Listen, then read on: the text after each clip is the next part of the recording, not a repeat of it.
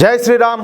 అందరికీ నమస్కారం. Welcome to news అఖండ. నేను మీ కస్తూరి శ్రీధర్. మిత్రులారా, మీకందరికి కూడా ఒక అద్భుతమైన శుభవార్త అయితే తీసుకొచ్చిన. హఫీజ్ సయీద్ కు మన రా ఏజెంట్లు వల విసిరినారు. చూడండి న్యూస్ ఎట్లుంటుందో, సూపర్గా ఉంటుంది. ఓకేనా? సరిగ్గా నేను ఇంతకు ముందు వీడియోలో చెప్పినట్టే జరుగుతుంది. చేపలను పట్టుకోవడానికి వల విసిరినట్టు ఈ హఫీజ్ సయీద్ గారిని పట్టుకోవడానికి కూడా భారత గూఢాచార సంస్థ అయినటువంటి రా ఏజెంట్లు వల విసిరినారు. ఈసారి మాత్రం ఈ హఫీజ్ సయీద్ గాడు రా వలలో నుంచి తప్పించుకునే అవకాశమే లేనట్టుగా కనపడుతుంది. ఎందుకంటే ఈసారి అధికారికంగా డైరెక్ట్గా పాకిస్తాన్ భూభాగంలోకి వెళ్ళి దాడులు చేయాలని చెప్పేసి భారత్ అయితే నిర్ణయించుకునింది. అంటే శత్రువు టార్గెట్ను పిన్ పాయింట్ ఖచ్చితత్వంతో కొట్టచ్చు అనమాట. సరే, ఇక నేరుగా విషయానికి వద్దాం.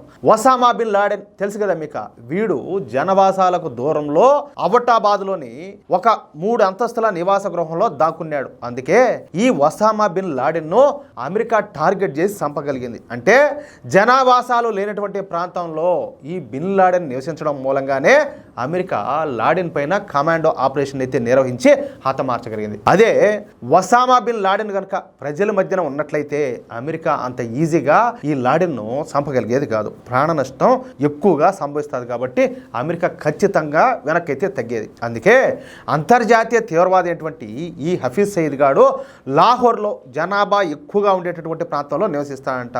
నిజానికి ఈ హఫీజ్ సయీద్ 2015 వరకు స్వేచ్ఛగా తిరుగుతూ ఉన్నాడు. అయితే మోడీ ప్రభుత్వం ఈ హఫీజ్ సయీద్ను టార్గెట్ చేయడంతో ఇక హఫీజ్ సయీద్ 40 మంది బాడీ గార్డులను ఎంటేసుకొని తిరుగుతున్నాడు భయపడిపోయి. అలాగే లాహోర్లో జనాభా ఎక్కువగా ఉండేటటువంటి ప్రాంతంలో నివసిస్తున్నాడు. ఈ లాహోర్ నగరంలోని హఫీజ్ సయీద్ ఉండేటటువంటి ప్రాంతం అత్యంత రద్దీగా ఉంటుందన్నమాట. ఈ ప్రాంతం ఎప్పుడు కూడా వచ్చే పోయే ప్రజలతో కిటకిటలాడిపోతూ ఉంటుందంట. అందుకే వీడు ఈ లాహోర్ నగరంలోని జోరంతం అనే ప్రాంతంలో ఉన్నాడు. అయితే ఈ హఫీజ్ సయీద్ గారిని కోర్ట్ ఆపరేషన్ చేసి చంపడం అనేది చాలా కష్టమైన పని. ఎందుకంటే ఈ హఫీజ్ సయీద్ భద్రతను 4 రెట్లు పెంచారంట.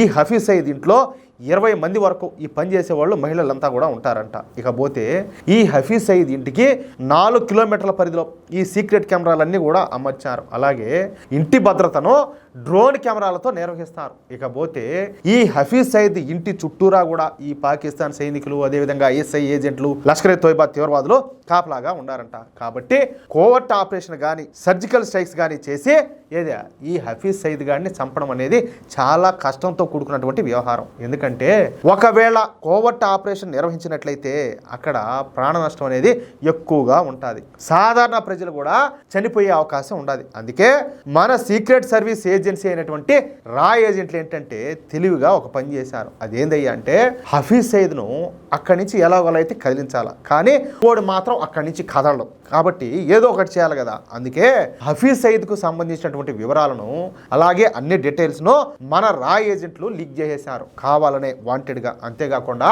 హఫీజ్ సయీద్ ఇంటిపైన మిస్సైల్ దాడి చేయబోతా ఉన్నట్టు మీడియాకి అయితే తెలియజేశారు. అంతే దెబ్బతో ఈ పైజామా తడుపుకున్నటువంటి ఈ హఫీజ్ సయీద్ గాడు తెలుసు కదా మీకు, పైజామా అంటే వేసుకొని ముడేసుకుంటారు చూడు, ఆడవాళ్ళు కదా లంగా కట్టుకున్నట్టు అట్టుంటుంది అది. ఇప్పుడు రహస్యంగా ఐఎస్ఐ సేఫ్ హౌస్కి అయితే వెళ్తాడంట. పిల్లి కదా కళ్ళు మూసుకో పాలు తాగుతా, నన్ను ఎవరు చూడలేదులే అనుకుని పాలు ఎట్లయితే తాగుతాదో ఈ హఫీజ్ సయీద్ గాడు రహస్యంగా ఈ ఐఎస్ఐకి సంబంధించినటువంటి సేఫ్ హౌస్ అయితే మారినాడంట. అంటే ఈ దొంగ అయితే మన చేతికి దొరికినాడు. వీడిప్పుడు ఎలాగూ ఈ ఐఎస్ఐ రహస్య ప్రదేశంలో ఉన్నాడు కాబట్టి ఇప్పుడు వీడిని టార్గెట్ చేయడం అనేది చాలా తేలిక. ఇప్పుడు వీడిపైన మనం కోవర్ట్ ఆపరేషన్ నిర్వహించవచ్చు అనమాట. సర్జికల్ స్ట్రైక్స్ చేయొచ్చు, మిసైల్ దాడి కూడా చేయొచ్చు. అంటే ఎలుకైతే వచ్చి బోన్లో అయితే పడింది. అది విషయం. చూద్దాం ఈ శుభవార్త ఎప్పుడు వింటామో ఏమో, దానికోసం వెయిట్ చేస్తున్నాను నేను కూడా.